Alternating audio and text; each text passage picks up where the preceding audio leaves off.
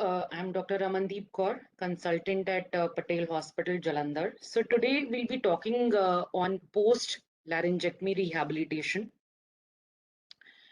So we know that total laryngectomy is indicated in advanced laryngeal and hypopharyngeal malignancies, that is T4. So whenever a patient undergoes total laryngectomy, there are multiple functional alterations which happen. So the most significant, which is loss of voice, then loss of smell. There are some changes in the pattern of respiration. There are changes in the mechanism of swallowing. So if I talk about the phonation, whenever the larynx is at rest, the respiration is quiet. So the vocal folds, while inspiration, they completely abduct. They separate apart, and whenever there is a process of expiration, there is a slight adduction of the vocal folds. So whenever the air enters into the lungs, there is a subglottic air pressure which is maintained beneath the vocal folds, which is actually an active respiratory support which helps us in phonation. And the adequate phonation will be produced whenever there will be an adequate glottic closure, and the voice and the air has to travel against the closed glottis. So the mucosal covering of the vocal fold is very important, because whenever there are some changes in the vocal fold mucosa, there will be changes in voice or there will be hoarseness. Then adequate vocal fold length and tension. The glottic cycle is basically the cycle which is consisting of four parts, in which there is an opening phase, open phase, closing phase, and closed phase. I have already mentioned about the subglottic air pressure. So if I talk about the glottic cycle, so what happens is whenever the air enters into the larynx, the vocal folds separate, there is a complete open phase, and the air goes into the lungs. Then the subglottic air pressure gets maintained, and the vocal folds get they close. What happens is, then when the enough amount of the subglottic air pressure is maintained, then what will happen is there will be a slight separation of the vocal folds from the inferior part, which is called the open phase. Then what will happen is the wave will travel from the inferior to the superior direction, and because of the Bernoulli effect, as what happens is the vocal folds peel apart, and then there is an open phase, and what happens is the voice is produced. We know about the vibratory patterns, the falsetto, modal, and glottal fry are various types of vocal registers, which are actually the various types of the voice. So when a total laryngectomy is done, that is the complete removal of the larynx. So how will the patient speak?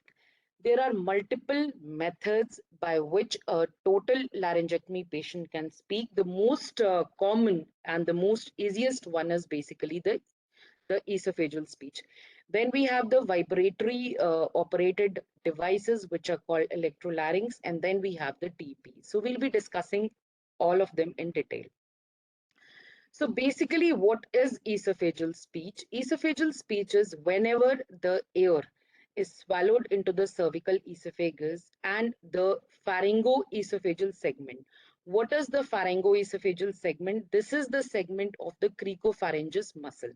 So what happens is, against a closed cricopharynx, the air vibrates, and along with the articulations of tongue, along with the oral articulators like palate, the speech is produced.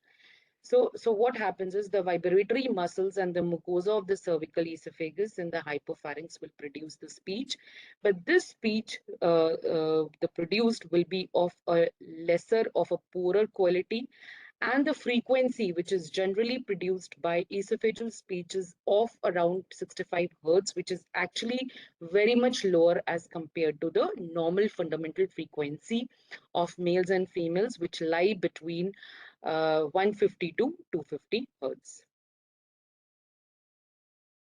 So the segment, this cricopharyngeal segment is basically the segment which is made between C5 to C7. So what happens is whenever there is a spasm of the cricopharyngeus muscle, it will lead to failure in developing the esophageal speech. So as you must have seen in your centers that while doing a total laryngectomy, the cricopharyngeal myotomy is done. This myotomy means we have to divide the muscle fibers of cricopharyngeus from its beginning, from its origin till the inferior surface, till the superior surface of the stoma. So as what happens is the spasm is not produced and the patient is able to eat also, and the patient is able to speak also. So there are various methods which have been described in which a patient can develop a esophageal speech. One is injection method and one is inhalation method. So what actually is injection method? What happens is the patient against the closed lips, and when he elevates the tongue against the palate, so there is an increase of the intraoral pressure. So that increase of positive pressure, the air will be injected into the cervical esophagus by a voluntary swallowing. This method is called glossopharyngeal press or a tongue pumping. And what happens is against the lip closure, when the air is injected, then the cervical esophageal muscle vibrates and the voice is produced. This method is really useful for uttering plosives, fricatives, and affricatives.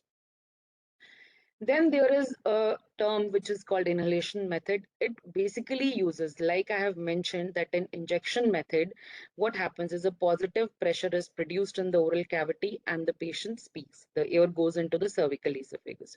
So what happens is generally there is some air pressure in the cervical esophagus below this cricopharyngeal muscle, which is which is the same negative pressure which is produced as that of a thoracic cavity. So what happens is cricopharyngeal sphincter, it relaxes during inspiration, air goes into the cervical esophagus closes and the voice is produced. So what happens is patients are encouraged to consume these carbonated drinks so they are able to generate this esophageal speech.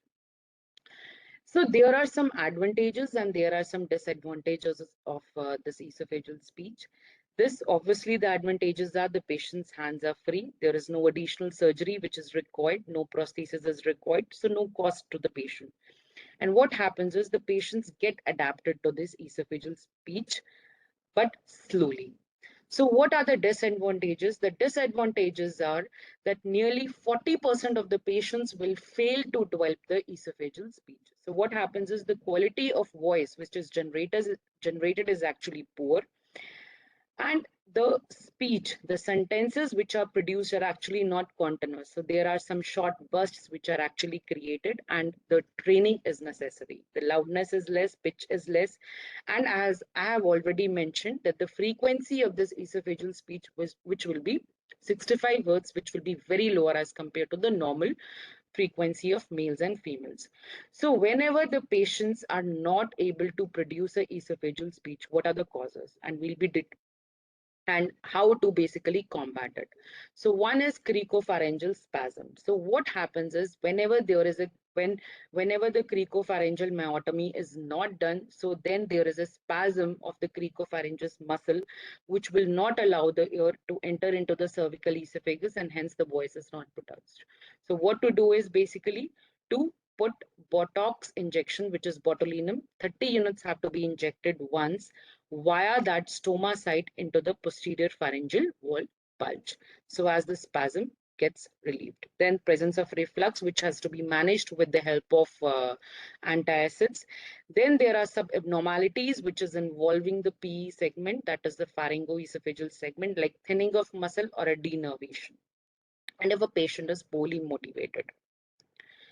So as I have already mentioned about the spasm, then we talk about a battery operated vibrating device, which is called electrolarynx, which is generally held in the submandibular region or in the neck. So what happens is the muscle contraction of the neck muscles, of the suprahyoid muscles and in the facial muscles will cause the speech or will form the speech which will be rudimentary. There are various types of electrolarynx. One is pneumatic one is neck type, and intraoral. So then this is the neck type. This is the most common battery operated electrolarynx which is used. But what happens is whenever you have a hyposthesia of the neck muscles, so it will cause a difficulty in speaking. And if suppose your neck, if a patient is not able to speak with this in neck type, then the intraoral type is used, but actually it is not used nowadays. But I'll just show that there is what happens is in intraoral artificial larynx, there is an intraoral cup which goes and sits over the stoma, and some kind of a tube which goes inside the oral cavity.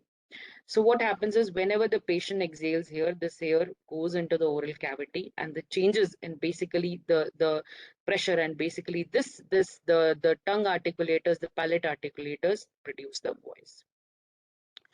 So now I come to the advantages. It can be easily learned. Immediate communication is possible, and again, additional surgery is avoided. And it can be used as an interim till the patient has mastered esophageal speech or a TP has been inserted into the patient. It is generally expensive, and again, the speech generated will be mechanical in quality. And generally, when you are talking on the phone, the patient will not be able to speak. Then I'll talk about a little bit about neoglottis procedures. So what happens is in neoglottis procedures, what they say is trachea gets sutured into the hyoid, and this will restore the voice function in alaryngeal patients. But generally, these procedures are abandoned nowadays because of very high risk of complications, that is aspiration. Then we have shunts. There are some tracheoesophageal shunts which get put between the trachea and the esophagus, and again these are abandoned nowadays because of high risk of complication. So now I'll talk about the voice prosthesis, which is actually the most important and the most significantly used nowadays. So what happens is, so the voice prosthesis, they are indwelling one, and then there are some non-indwelling ones. So what happens to the indwelling one? Indwelling one are generally put by the operators, by the surgeons, and non-indwelling one are generally changed every couple of days by basically by the patient. So TP was first introduced by Blom and Singer in 1979. It's a one-way silicone valve which gets introduced to the fistula. That fistula is created between the tracheal and the esophageal wall. So what happens is these prostheses have two valves. Basically, if I'll show you, so there are two valves. So the one valve is basically the tracheal flange, which goes and fits into the tracheal wall, and one is basically the esophageal, which goes into the esophageal wall. So indwelling prostheses have generally more rigid flanges as compared to that of non-indwelling ones. So TP can be inserted in the primary settings, that is while doing a total laryngectomy, before closing of the pharynx and before basically forming a new pharynx, the primary TP can be inserted, or it can be done secondary, which is done generally at 8 weeks to 3 months after the completion of treatment. Or there is an early secondary, there is a term which is called early secondary TP, in which what happens is after the surgery, between 3 to 4 weeks before starting the patient on radiation, the early secondary TP can be put. So I have mentioned that generally the TP is done at around 5 to 8 mm below the superior surface of the stoma. The structures which have to be penetrated is basically the tracheal wall, the esophagus, and the interconnecting tissue between the trachea and the esophagus. So they can be performed during laryngectomy and even after completion of radiation also. And suppose if you have done a fistula, then that fistula can be used because NG can be put into that and basically can be used for a enteral nutrition. So easily reversible, speech is very good, and it closely resembles the laryngeal speech, and the speech is intelligible. So what patients have to be selected for it? A motivated patient, a patient with a stable mind who understands the anatomy and the physiology. Patient should not be alcoholic, and there should be good hand dexterity. Visual acuity should be good. The esophageal ear syphilation test, I'll be talking in detail in my further slides, and the patient should not have a pharyngeal stricture or stenosis. If suppose if you are getting if you are doing a secondary TEP and there is a pharyngeal stricture or a stenosis, then we have to do esophageal dilatation and dilate that PE segment, which will be important for the generation of voice. The stoma should be of adequate depth and diameter. So the primary TEP has some advantages over a secondary TEP, that the risk of separation of the tracheal esophageal wall will be minimized. And generally the tracheoesophageal wall stabilizes. So what happens is the flanges of prosthesis will protect trachea from aspiration, the stomal irritation is less, and patients generally become very familiar very early in the course of the treatment. So it is, I have already mentioned that this puncture, the primary TEP has to be done before a pharyngotomy defect has to be repaired. And a Ryle's tube, if you are not planning to do a primary TEP, then while making a fistula, Ryle's tube can be put into it to provide a gastric feeding in the postoperative period. So I'll be talking about there are various types of prostheses which are available. One is Blomsinger, one is Provox, which are actually very commonly used. Then there is Punjay button and Groningen, which is only mentioned because of the historical importance. So I'll a little bit mention about this Punjay voice button, which is actually a biflanged tube. So this has to be inserted via the fistula, and what happens is it has to be removed and cleaned every 2 days, but it is not done. It is not used nowadays. Then we have a Groningen button, which was actually made by Netherlands people. And what happens is the voice which is produced is actually very you can say of a poor quality because of the high airflow resistance which is basically has in this button.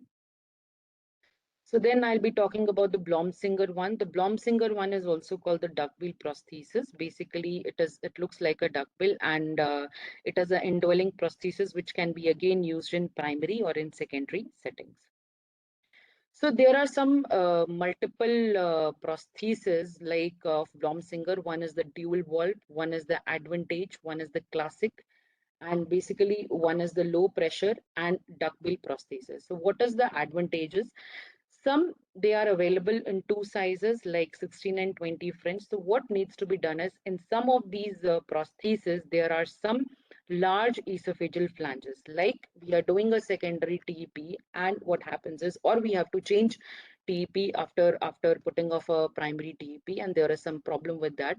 If your fistula gets very long, or it gets prolonged and the wall is irregular, then what you can do is you can put these prostheses with a large esophageal flanges to prevent aspiration.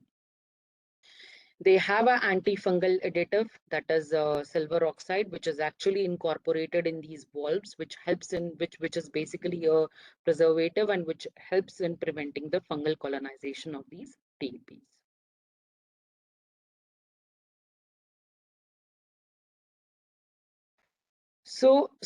This is basically the placement kit, this is the pharyngeal protector, which is actually put on the PE segment before putting a primary, while doing a primary TEP.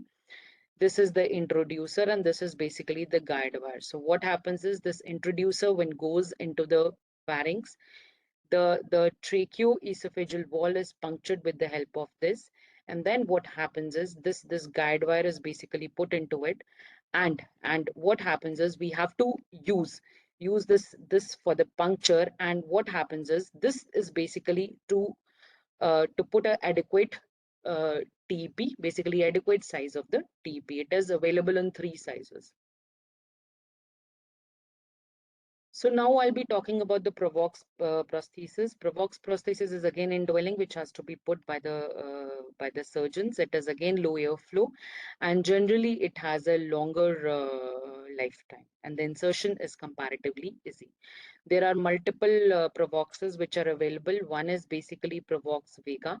One is Provox Vega Extra Seal with a large esophageal flange. As I have told you, whenever the TEP wall becomes saggy, or whenever the TEP wall, the fistula enlarges, And then we have a Provox active valve, which is basically which has a very long shelf life.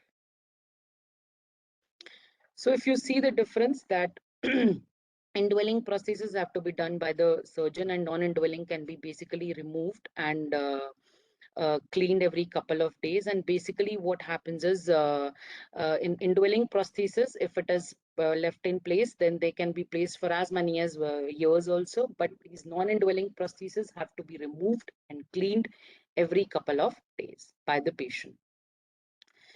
There are some troubleshooting problems with TEP. So what happens is whenever the TEP becomes, suppose it is put for a longer duration, or what happens is there is some leak which is around the TEP, that is called the peripheral leak, and there is a leak which is from the valve itself, that is basically the central leak. So leak through the prosthesis is called central leak. So in those cases, what needs to be done is there is a defective valve, and what needs to be done is the prosthesis has to be replaced. So if you have a leak around the prosthesis, which is called the peripheral leak, what happens is there are some washers which come along with these TEPs. These are silicone washers which can be put, a number of washers can be put around the TEP, and this peripheral leak can be avoided. Then there are the problems for like the immediate aphonia and dysphonia, hypertonicity, and the speech can be delayed. So I was talking about basically the esophageal insufflation test. This is very necessary before undergoing, if we are planning a patient for a primary or a secondary TP. So what is this? Basically, it assesses the cricopharyngeal muscle response to the esophageal distension. So what happens is a small catheter which is placed through the nostril up to the 25 centimeter mark, and the patient is asked to count numbers or some words. And what happens is the patient is the voice is noted. Suppose the patient's voice is fluent, then obviously it's a normal insufflation test. If he's having breathy voice, then definitely a hypertonicity or a denervation. And if the patient's hypertonic voice is there or a spasmodic, then definitely the cricopharyngeal spasm is there. So I've already mentioned a little bit about that. So suppose if there is a some problem like a valve which is in contact with the posterior wall of the esophagus, then definitely you have to replace it. If the prosthesis length is actually too short, then again replace it. Valve deterioration, replace the valve. And if you have a fungal colonization, you have to treat with the antifungals. And if there is a back pressure from the esophagus, then some high resistant prosthesis also come. And if there is a mucus and food dislodgement, definitely the processes have to be cleaned. So now I'll come to the olfaction. So what happens is whenever a total laryngectomy is done, so the breathing occurs from the stoma, and there is a complete anosmia. And anosmia will lead to reduced taste, reduced intake, and the poor quality of life. So there is a maneuver which has been mentioned. What happens is when the jaw is lowered, the floor of mouth, tongue, base of tongue, soft palate, while closing the lips. So what happens is it will produce this negative pressure in the oral cavity and the oropharynx. The airflow is generated into the nasal cavity, which reaches the olfactory epithelium, and some of the smell can be basically felt by the patients.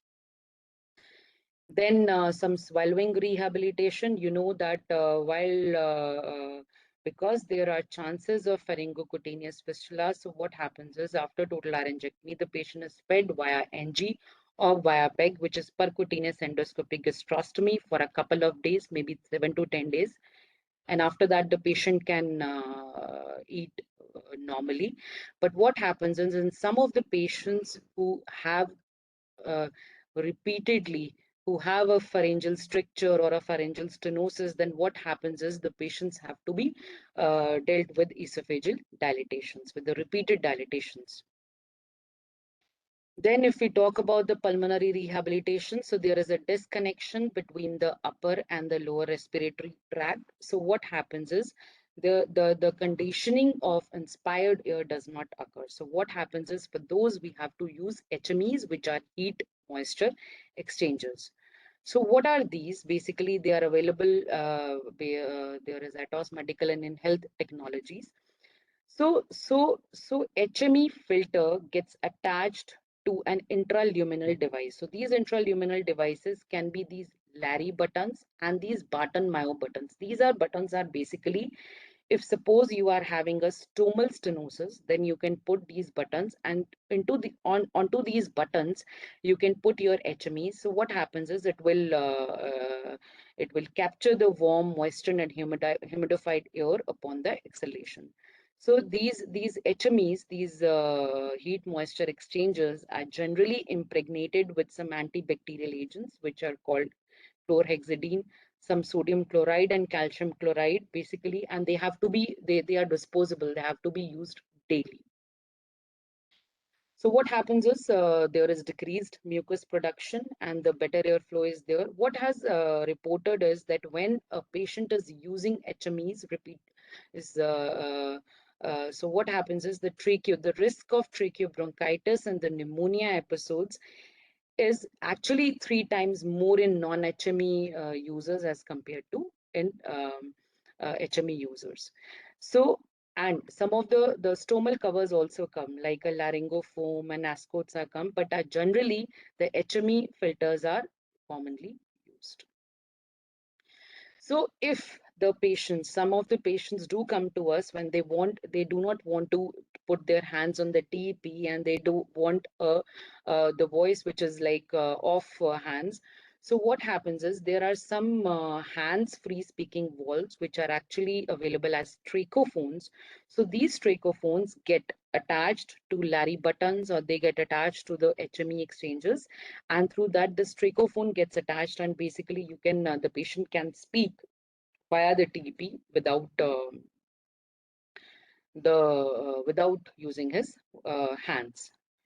So I have mentioned about one of the study which is basically a review of the literature, and what they have mentioned in this is that the laryngeal, if suppose after a laryngectomy, the vocal rehabilitation, the results of the vocal rehabilitation, the laryngeal speech which is basically produced, the alaryngeal speech which is produced is actually which is comparable to the laryngeal speech which is before a laryngectomy. Thank you.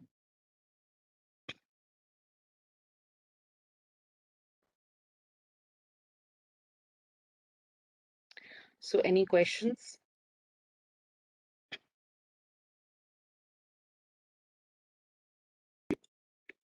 So, dear trainees, you may type your questions, comments in the chat box.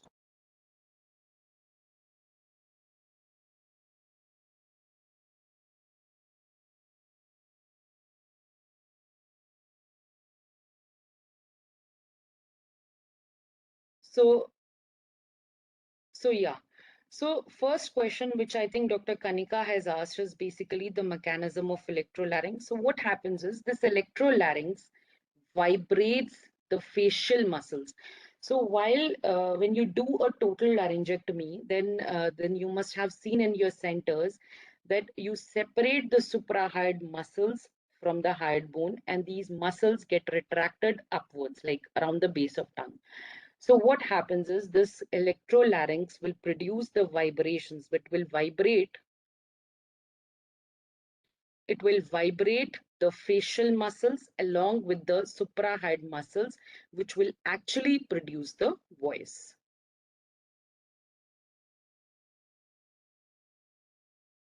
So I'm not getting questions on my slides. I think Dr. I'm not getting the questions. So of electrolarynx. So then, yes. So esophageal insufflation test is generally done in all of the cases, because we have to see many of the patients, they do ask us about the voice outcomes after the TEP. So it is better that for the prognosis and to see that how the patient's voice would be there. So it's better to do a esophageal insufflation test in every patient who is undergoing a total laryngectomy. So so uh, So management of pharyngocutaneous fistulas will depend. So I'll tell you, So so there are some laryngeal cancers which are which in which only the primary closure would be advocated. Like if you have a enough of the pharynx which is available for the reconstruction, so you will do a primary closure. So generally, the pharyngocutaneous fistulas are lesser in the cases with the primary closure. So then, suppose if you have a pharyngocutaneous fistula, like in those cases when we do a onlay or a inlay plasties, what is onlay and inlay is basically if you don't have the enough of the pharynx to be closed primarily, then we have to use some of the flaps, maybe free flaps like a radial forearm free flap or a anterolateral thigh flap, or maybe some pedicle flaps like a pectoralis major or a DP flaps.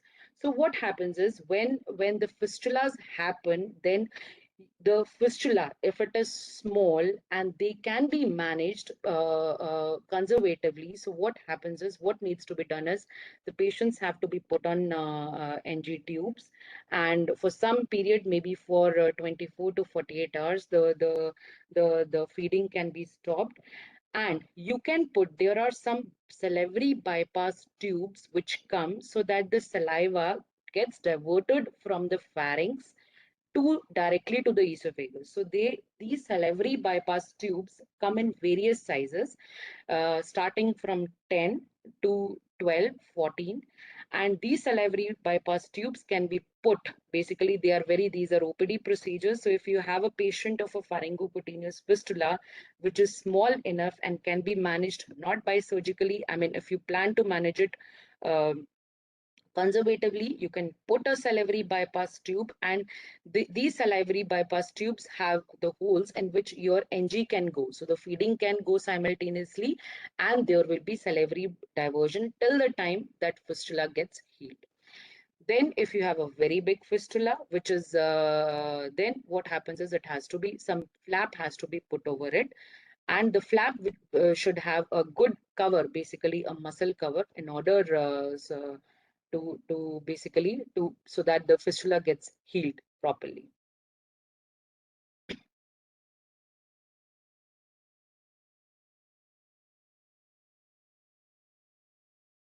So there is a question from Dr. Yuvraj.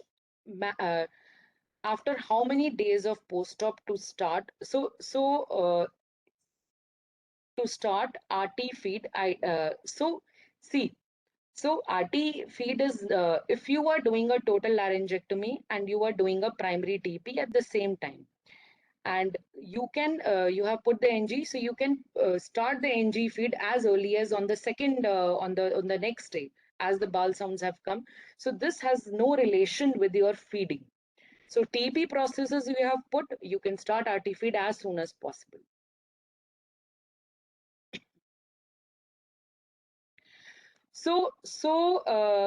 Dr. Kanaka, Kumar has asked that in gastric pull-up cases, can we do TEP? So definitely. But what I would say is, what is our protocol at our centers? In my center, for a very advanced hypopharyngeal cancer and a very advanced laryngeal cancer, in which you have done an extensive dissection of the pharynx, and you have I mean, so in those cases, what I would advise you is basically putting up a secondary TP rather than a primary TP, because what happens is generally the healing part of the healing of these fistulas then don't occur.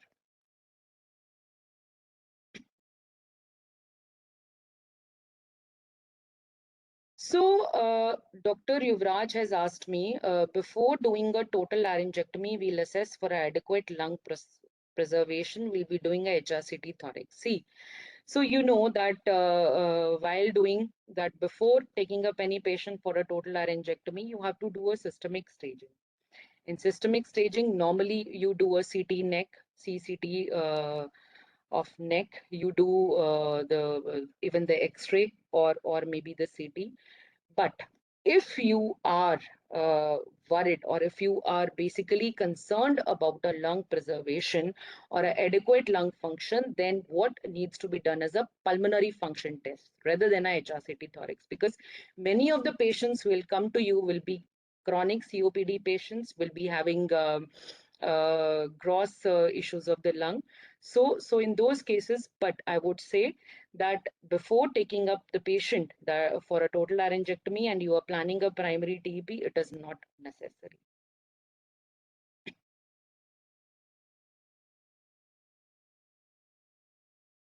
So there is, I think, another part of the question which has been asked, that during hospital stay, we'll provide nebulizer.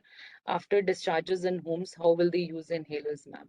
So there are a lot of nebulizers which come, home, which can be used at home also. Any other questions?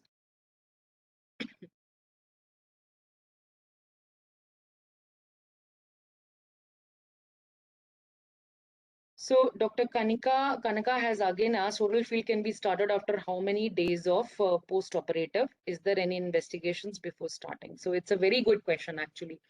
So what happens is generally, if the if you have started the NG feeding right away, and generally the oral feeding is started at 7th, 10th post-operative day till your healing has occurred, and there is no investigation before it has to be.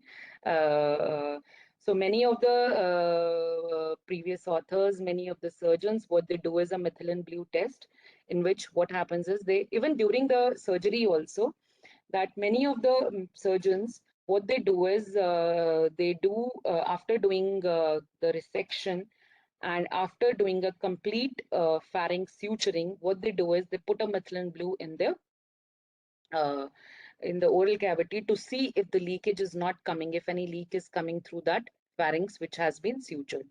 But it is I mean it is like it is preferential for every surgeon, but generally these tests are not done. If you are sure enough about the pharynx closure, and the patient is normal in the post-operative period and is doing well, then you can start the oral feed right away before doing any investigation.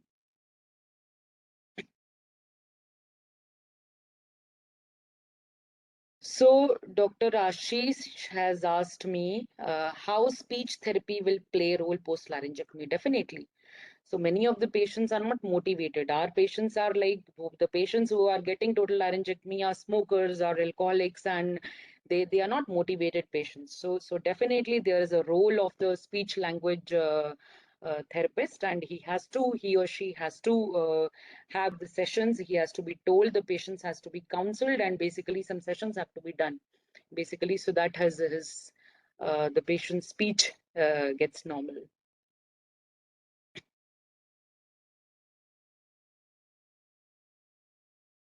So I think the question of a speech pathologist, yeah, it's a very important.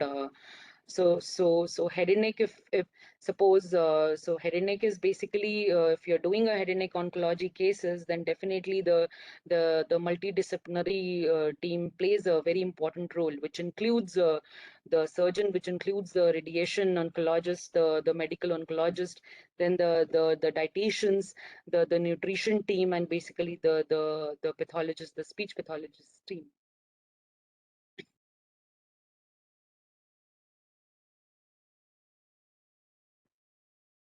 Any other questions?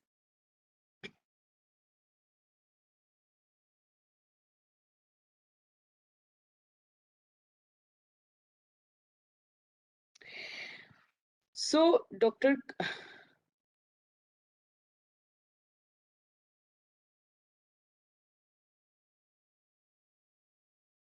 So one question is basically, Dr. Kanaka has asked about the swallowing maneuvers. So I will tell you, Dr. Kanaka, these swallowing maneuvers are done in those cases who are chronically aspirating. So they have intact larynx basically in those cases. And the maneuvers which we do, like a supraglottic, like a super supraglottic swallows, then some head chin, and these all maneuvers are actually done in those cases, like a patients who have uh, who had a unilateral vocal fold palsies, or who have basically intact larynx, and those who patients the patients like in examples of oropharyngeal cancers who are undergoing TORS, who have undergone a transoral robotic surgery. Uh, Dr. Yuvraj has asked me role of mucolytics in post-laryngectomy patients. So how many days to continue? So yes, the mucolytics do have a role, and basically they enhance the lung function. And but what is advisable is like between 7 to 10 days. I mean, not more than that. So what I would tell you is like I have mentioned about HME exchanges, like the patients who have undergone laryngectomies, and they are using HMEs, heat moisture exchanges. They are using these adhesive tapes over the laryngectomy to over the stoma, basically to keep the stoma moist. So initially, what will happen is the mucus will increase. So because it's a foreign body, you can say the reaction is theirs, but slowly and slowly, while the patients keep on using their HMEs, and the generally the mucus production decreases.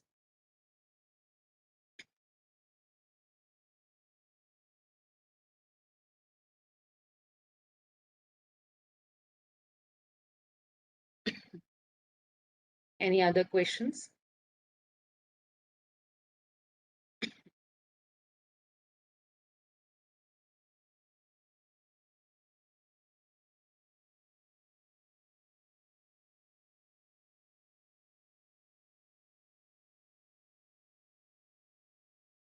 So Dr. Yuvraj has asked me pre-op IV antibiotics, which is ideal for how many days, and on discharge, which oral antibiotics for how many days, ma'am? And these patients need to be give like Visilac like sessions. Okay.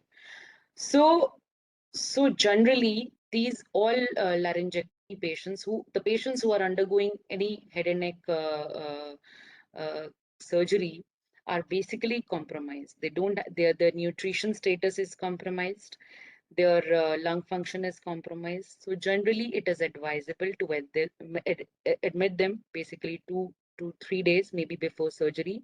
And what you need to give is basic antibiotics, maybe cephalosporins and second generation or third generation, or maybe some fluoroquinolones. That's it. And after discharge, the antibiotics have to be given only for 7 days, until and unless some infection has occurred in the patient, and basically you are sent the cultures. Then obviously, if the infection has occurred or there is some fistula through which discharge is coming, then definitely the culture sensitivities have to be sent, and the antibiotics have to be given according to the culture sensitivity report.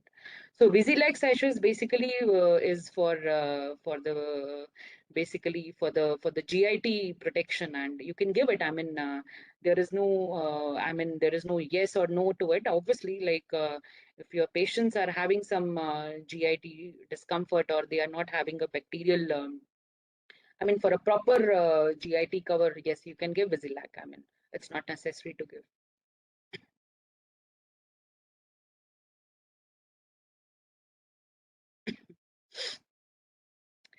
So someone is, Dr. Kanaka is asking me about a pharyngeal closure method after total laryngectomy. So see, the if when you are planning a patient for a total laryngectomy, then obviously you are doing a fiber optic laryngoscopies before the surgery. You come to know about how much pharynx you will be able to preserve after the surgery. So what has been described in the literature is a rule of 6 9 12. So what is 6 9 12? I'll tell you. So 6 9 12 is basically the diameter of the pharynx. So 6 is at the lower level of the cervical esophagus, 9 mm is at the mid, and 12 mm is at the base of tongue, right?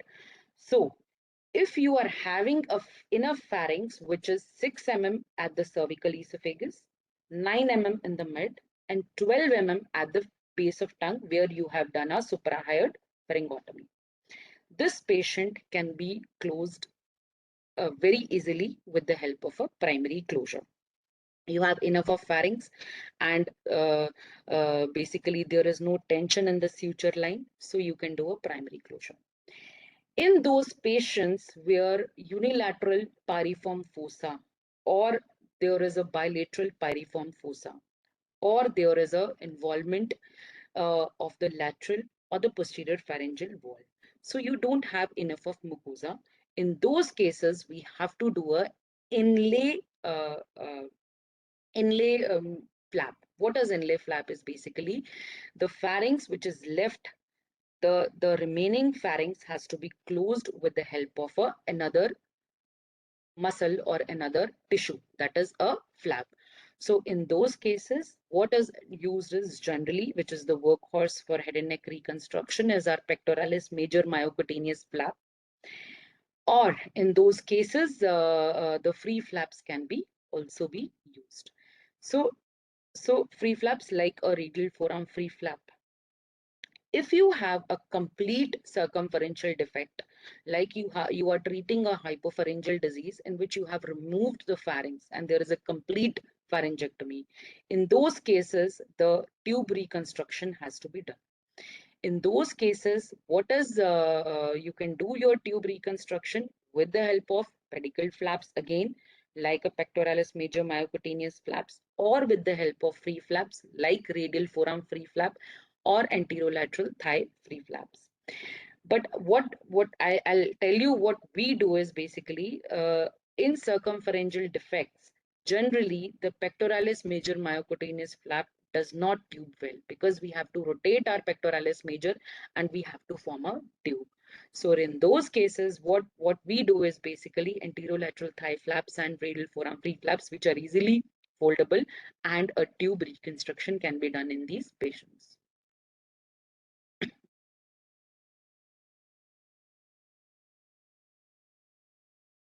Any other questions?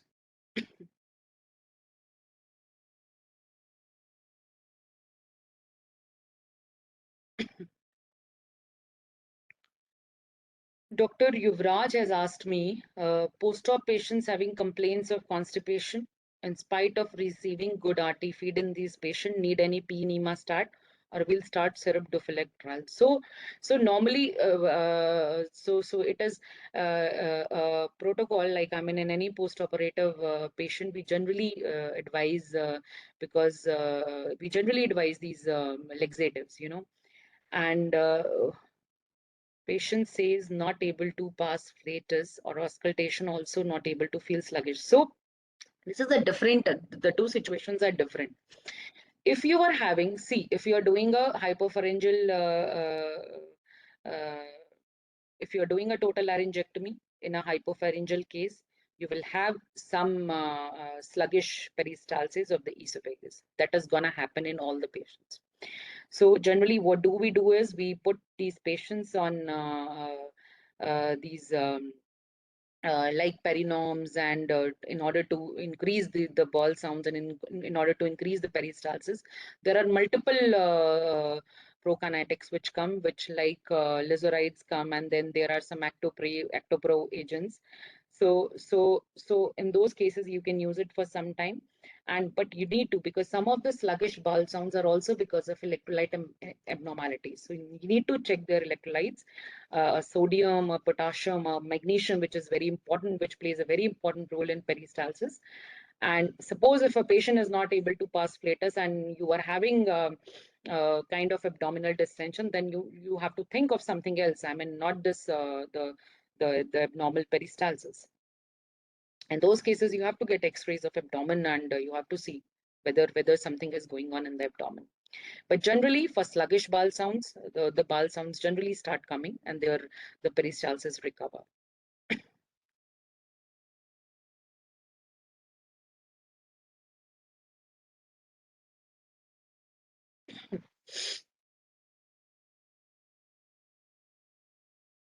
Any other questions?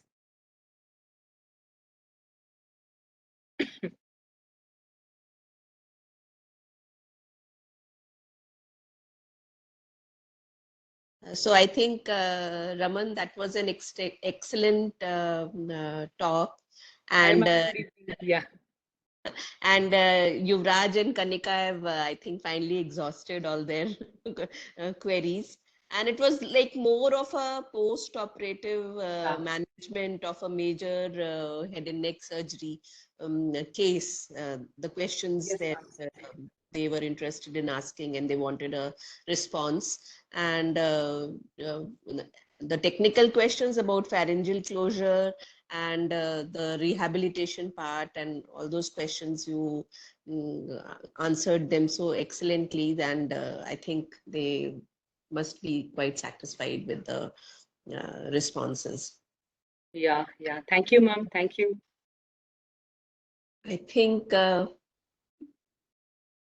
are no more questions, and uh, I think just briefly, maybe you can.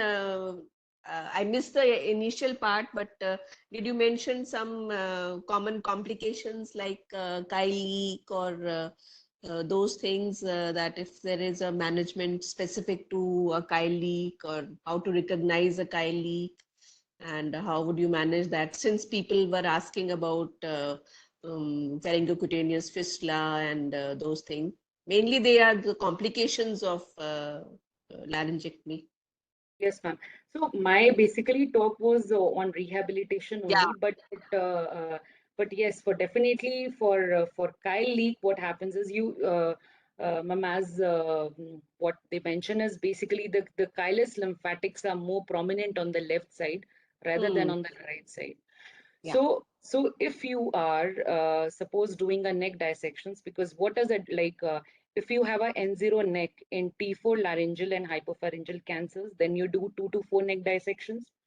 And if you have a positive neck, then definitely 2 to 5 neck dissections. While doing a level 4 neck dissection, you encounter these chylus lymphatics.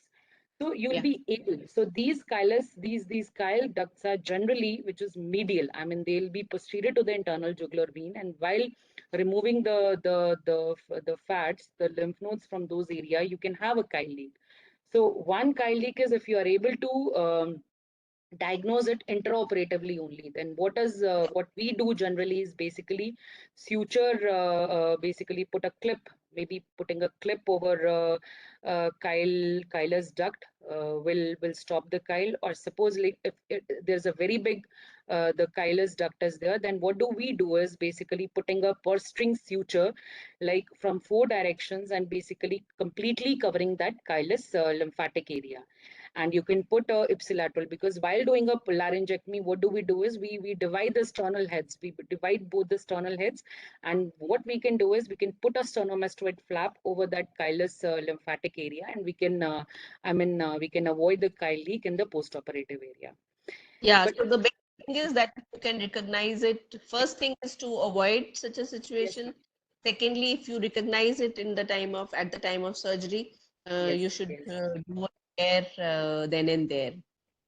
Yes, ma'am. And But if in the post-operative period, maybe yeah. on the second or third post-operative area, when you have a chyle leak, then what do we, what our protocol is basically, if you are having a milky kind of a fluid which is coming from one of the drains, then you have to put the patient on a MCT diet. MCT diet is basically medium chain triglycerides diet and the low output fistulas. So some of the textbooks, the low fistulas, low output fistulas is less than 200 ml. In some of the textbooks, it's less than 500 ml. So if you are having a low output fistula, which is generally between 200 to 300 ml, then you can, uh, you can prevent, or you can treat it, you can correct it by not suctioning you have to completely just remove the suction of the drain. And the second thing is MCT diet. But in those cases, for example, if there is a very high output fistula cases, so in those cases we do give octreotides also. And in some of the cases, like a very high output fistulas, in those cases we have to take up the patient and we have to cover that chylus lymphatic area basically with the help of a flap. Okay. Okay. Yeah. Yes, ma'am. Yeah.